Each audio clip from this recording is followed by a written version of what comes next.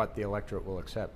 Let's take up this argument, Nicolas Riboulet, about reform as is the art of the possible. I think those were Arun Jaitley's exact words to me after the last budget in July.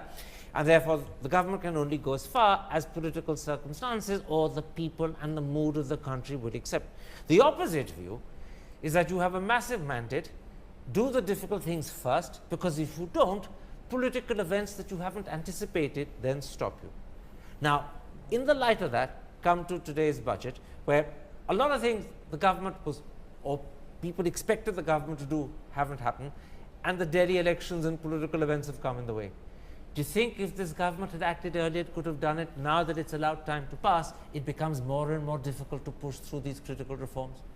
No, I'm not sure. I think from day one, I think the message from Finance Minister and from Prime Minister Modi was clear that everything will not be changed tomorrow morning.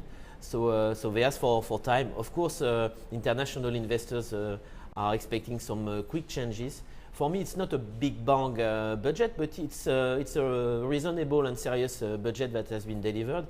I don't think that there has been so much impact of the Delhi election in terms of populist measures, because you don't find so many populist measures in this budget. For me, you have some potential big changes that are still not fully there. It's GST. GST is a game changer for India. It's there and not there in this budget. The increase of the service tax is really corresponding to the preparation of the implementation of GST next year. That is a big hope. But clearly, the government is dependent for a number of reforms on the parliament, and GST, we know that they will need 2/3 of the two houses of parliament and 50% of the states to vote for that. So everything is not in their hands. I think things are progressing as quickly as possible.